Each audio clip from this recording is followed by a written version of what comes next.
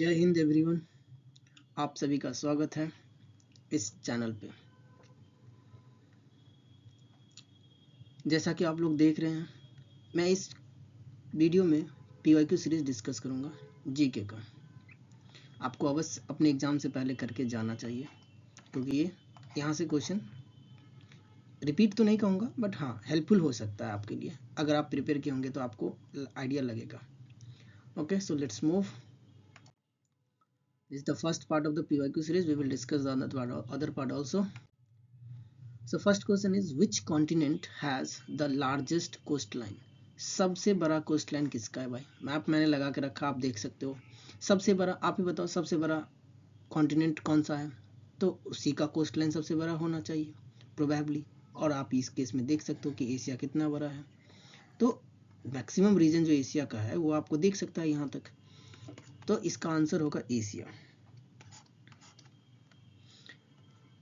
Next है, which game is Geeta Sethi associated with? Geeta Sethi, इस type के क्वेश्चन पूछे जाते हैं कि कौन से प्लेयर किस गेम से एसोसिएटेड है। तो गीत सेठी की बात कर रहे हैं हम लोग। ये जो है आपका बिलियर्ड से एसोसिएटेड है। इसमें आपको क्या ध्यान देना है कि आपको कुछ इंपॉर्टेंट, जैसे जो भी अभी ये स्पोर्ट्स हुए हैं, चाहे खेलो इंडिया यूथ गेम हुए हैं, चाहे खेलो इंडिया यूनिवर्सिटी गेम हुए, 2025 के जो भी गेम हुए, उनमें आप जो मेडल विनर खिलाड़ी है उन सब का नाम जान लो। और उसका ये नहीं कि कौन सा मेडल जीता है, दैट इज़ नॉट इम्पॉर्टेंट।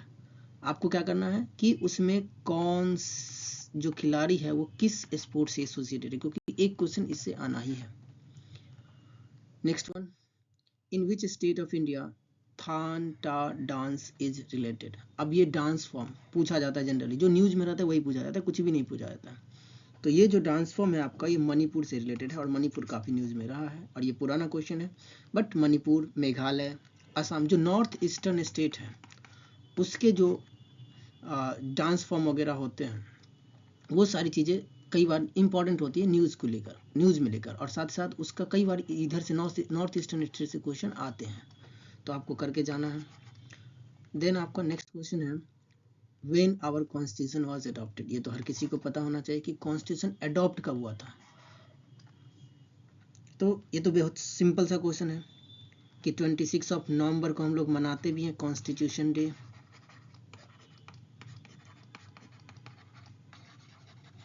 और 1949 में हुआ था, तो ये आंसर होगा हमारा। आपको थीम याद करके जाना है 2025 का, क्या था थीम। नेक्स्ट है, the hardest substance on the earth. Earth crust पे बहुत सारे मेटल था। हार्डेस्ट सबस्टांस की बात की जाए तो ऑप्शन को देखेंगे, आपको लगेगा सीधा सीधा डायमंड होगी। नेक्स्ट है, the language of Ashokan inscription. Ashoka से तो भाई कई बार क्वेश्चन आए हुए हैं, तो अशोका को आपको देख के जाना है। कलिंगा वॉर हो 261 BC, ये सब चीज़ें आपको पता होना चाहिए कलिंगा के अशोका के बारे में। सो बेसिकली अशोकन इंस्क्रिप्शन की बात है, तो लैंग्वेज जो था वो प्राकृत था। Next one, who was awarded first Bharat Ratna? Bharat Ratna पहली बार भारत रत्न 1954 में दिया गया था। 3 लोगों को दिया गया था। एक थे हमारे सर्वपल्ली राधाकृष्णन, एक थे सी राजगोपालचारी,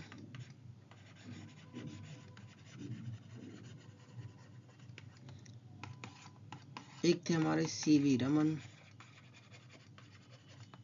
और एक थे हमारे जिसका नाम है राधा कृष्णन, सर्वपल्ली राधा कृष्णन, जो कि आपके ऑप्शन में है।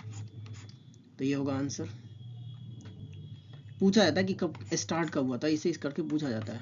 अब भारत रत्न की बात हो जाए, चाहे आप क्या बोलते हैं एशियन गेम्स की बात हो जाए, कब स्टार्ट हुआ था वो पूछ देता है। फिर आपका क्या होता है कॉमनवेल्थ गेम्स कब स्टार्ट हुआ था पहली बार, ये सारे कुछ क्वेश्चन आ जाते हैं। और याद रखना 2030 का जो कॉमनवेल्थ होगा वो इंडिया होस्ट करेगा, अहमदाबाद में होगा, Ahmedabad.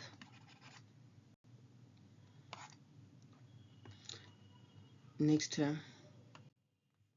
The first Olympic, modern Olympic held where and which city?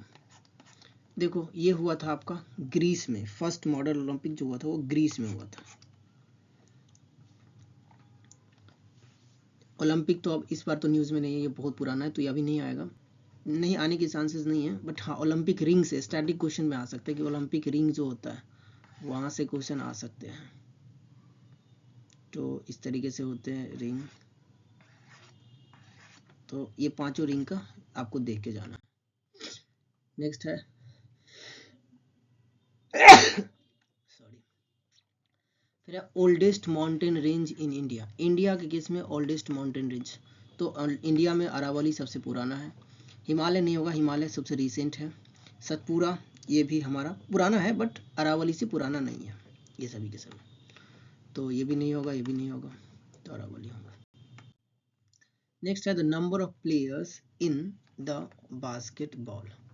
अब कहता है कि बास्केटबॉल में कितने प्लेयर होते हैं। ये बहुत इंपॉर्टेंट है कि कौन से स्पोर्ट्स में कितने प्लेयर होते हैं, एक क्वेश्चन आने के चांसेस रहते हैं। तो बास्केटबॉल में आपका 5 प्लेयर होते हैं। यहाँ से कुछ अगर लिखना चाहो आप लिख सकते हो कि देखो दो चीज़ें याद रखना कि बेसबॉल एंड खो खो, इन दोनों में सेम प्लेयर होते हैं, 9 प्लेयर होते हैं। उसके बाद आपको याद रखना है kabaddi, kabaddi, netball and water पोलो,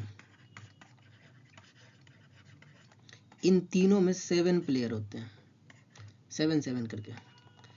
और आपको याद रख लेना चाहिए वॉलीबॉल, कई बार गलती हो जाता है इसमें, 5 लोग मार जाते हैं। वॉलीबॉल इसमें जो होते हैं नंबर ऑफ प्लेयर आपके 6 होते हैं, बाकी उतना इम्पोर्टेंट नहीं है। हाँ एक और, हॉकी, ये तो सबको पता रहता है, हॉकी, फुटबॉल एक्सेट्रा। क्रिकेट तो पता ही है। इन सभी में 11 प्लेयर होते हैं, इतना पता होना चाहिए।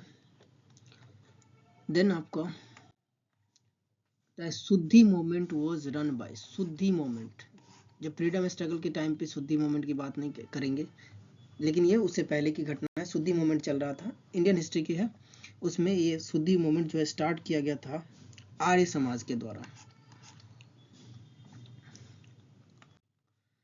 ISRO Satish Dhawan space centre is located at which places. तो इसरो का जो सतीश धवन स्पेस सेंटर है वो आपका आंध्र प्रदेश में लोकेटेड है, श्रीहरिकोटा आंध्र प्रदेश। देन है the author of the book the golden threshold. Books and author बहुत फेवरेट टॉपिक होता है, एक क्वेश्चन यहाँ से देखने को मिलेगा, हालांकि I will make a video on books and author very soon. So books and author, the golden threshold की बात करते हैं तो इसको लिखी थी सरोजनी नायडू, हालांकि हर किसी को याद होना चाहिए। फिर गांधी से जो रिलेटेड बुक है वो, कालिदास से रिलेटेड जो बुक है हिस्ट्री से, वो सारी चीज़ें आपको पता होना चाहिए। ट्रैवलर वगैरह जो था उसका बुक, निकोलो कॉन्टी हुआ, निकोलो डी कॉन्टी हुआ, इसका क्या होता है, निकिटन जो था, फाइयान था, इन सभी का बुक आपको पता होना चाहिए। नेक्स्ट है the founder of the Satavahana dynasty. Satavahana dynasty का फाउंडर सीमुक था। And who is the father of the Indian space program. Indian space program के फादर जो थे हमारे साराभाई थे, विक्रम साराभाई। ये तो इसको जानते होंगे आप, मिसाइल मैन ऑफ इंडिया बोलते हैं।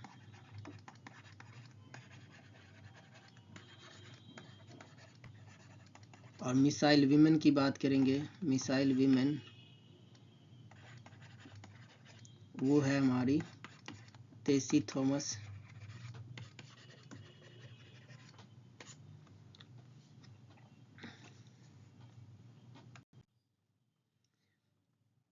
बैडमिंटन से रिलेटेड है। इसमें आपको कुछ चीज़ें और ध्यान देनी है, ये स्पोर्ट्स से रिलेटेड है, तो आप जैसे फुटबॉल का ध्यान रखो, बहुत सारा है इसमें, बट आपको कुछ इंपॉर्टेंट है जो याद होना चाहिए, जैसे डूरंड कप, डूरंड कप याद होना चाहिए। इसके बाद इसमें आपको याद होना चाहिए रोबर कप, ये 2 याद होना चाहिए। हाँ एक और इसमें होता है एक बाल्टिक कप, ये 3 चीज़ें आपको फुटबॉल से याद होनी चाहिए। इसके बाद बैडमिंटन से जो है, बैडमिंटन से रिलेटेड आप याद करोगे तो उबेर कप है ही, थॉमस कप याद रखो, आता है कई बार। उसके बाद आप चड्डा कप याद रखो। उसके बाद एक और रख सकते हैं योनेक्स कप, योनेक्स कप। उसके बाद आप एक और है जिसका इनसे नाम है नारंग कप। ये कुछ इंपॉर्टेंट्स है जो आपको याद रखना चाहिए।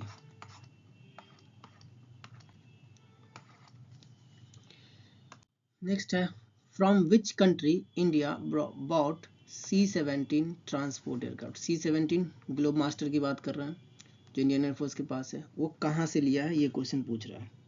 C-17 ग्लोब मास्टर, आपको पता है C-17 यूएस का है तो यूएसए से लिया हम लोगों ने। नेक्स्ट है Agra city was founded by. Agra city जो है किसने बनाया था, तो आगरा सिटी बनाया था सिकंदर लोदी ने फाउंड किया था। नेक्स्ट है the visible part of the sun. Sun का जो विजिबल पार्ट है उसको हम लोग बोलते हैं फोटोस्फीयर। ये सब तो छोटी मोटी क्वेश्चन है। Ozone layer presents in which layer कहते हैं, ओजोन लेयर लोकेटेड स्ट्रेटोस्फीयर। आपको पता होना चाहिए सबसे नीचे का जो लेयर है उसको हम लोग बोलते हैं ट्रोपोस्फीयर। उसके ऊपर होता है हमारा स्ट्रेटो।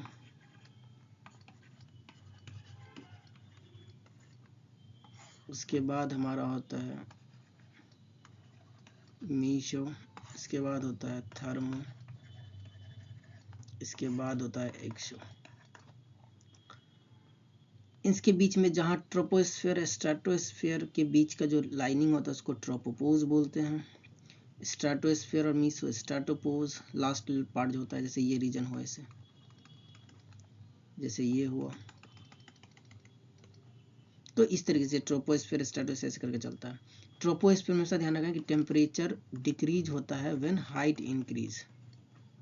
यहाँ पे फिर क्या होता है, हाइट इंक्रीज होगी बट यहाँ टेम्परेचर डिक्रीज होगी, अगेन फिर यहाँ टेम्परेचर इंक्रीज होगी, इस तरीके से आगे बढ़ता है। इसी स्ट्रेटोस्फीयर के अंदर ओजोन लेयर पाया जाता है जो कि 20 से 30 किलोमीटर के बीच में पाया जाता है। स्ट्रेटोस्फीयर का एक्सटेंशन जो होता है 18 से 50 किलोमीटर का होता है, और ये जो होता है 8 से 18 किलोमीटर होता है एक्सटेंशन ट्रोपोस्फीयर का। ट्रोपोस्फीयर को थिएटर ऑफ द एटमॉस्फेयर भी बोला जाता है।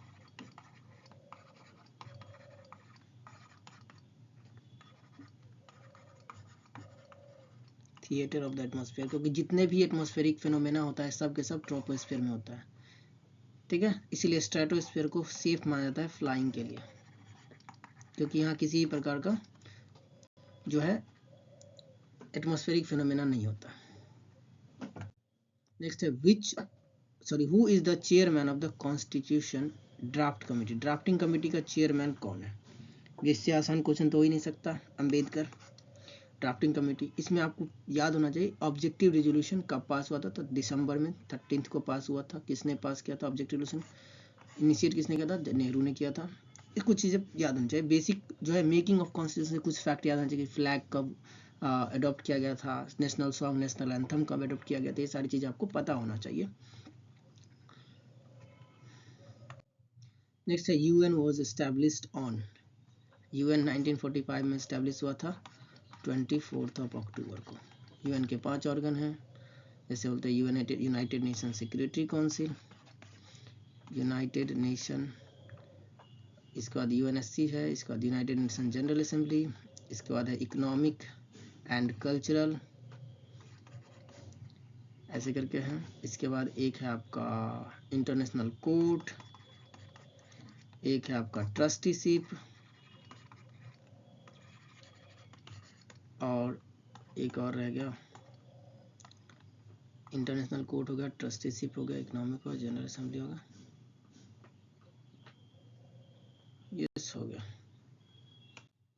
नेक्स्ट है which river flow into the Arabian sea. Option देखो, गंगा बे ऑफ बंगाल में जाती है, नहीं होगी। नर्मदा, यस, एंड ताप्ती, इसलिए ये ऑप्शन होगा। अब इसमें हमारा जो होता है ना, ईस्ट फॉलोइंग और वेस्ट फॉलोइंग रिवर पे याद रखना, जितने भी ईस्ट फॉलोइंग रिवर है वो सब के सब बे ऑफ बंगाल में जाएंगे। और हमारे यहाँ जो मैक्सिमम रिवर जो है वो ईस्ट फॉलोइंग रिवर है। अगर मैं यहाँ से बात करूँ तो यहाँ से लिख लो, ये गंगा, फिर यहाँ महानदी, गोदावरी, कृष्णा, कावेरी, ये सब के सब ईस्ट फॉलोइंग रिवर्स हैं। इधर से आते हैं ब्रह्मपुत्रा, ये सभी बे ऑफ बंगाल। यहाँ से 2 रिवर जाता है, एक ये और एक ये, तो ये है हमारा नर्मदा और ये है हमारा तापी या ताप्ती, ये दोनों वेस्ट फॉलोइंग रिवर है, वेस्ट फ्लोइंग रिवर, फॉलोइंग होगा फ्लोइंग होगा। The nautical mile is the unit of, nautical mile unit है किसका? ऑब्वियस सी बात है, लेंथ मेजर करते हैं नॉक्टिकल माइल में, तो डिस्टेंस मेजर करते हैं, लेंथ मेजर करते हैं। 1 नॉक्टिकल माइल जो होता है वो होता है 1.8 kilometre. So that's it. Thanks for watching. If you find it useful, hit the like button, subscribe the channel and comment जरूर करो कि आपके कितने सही हुए और क्या आप फर्दर चाहते हो और भी क्वेश्चन डिस्कस करूं, then you can just let me know. Thank you.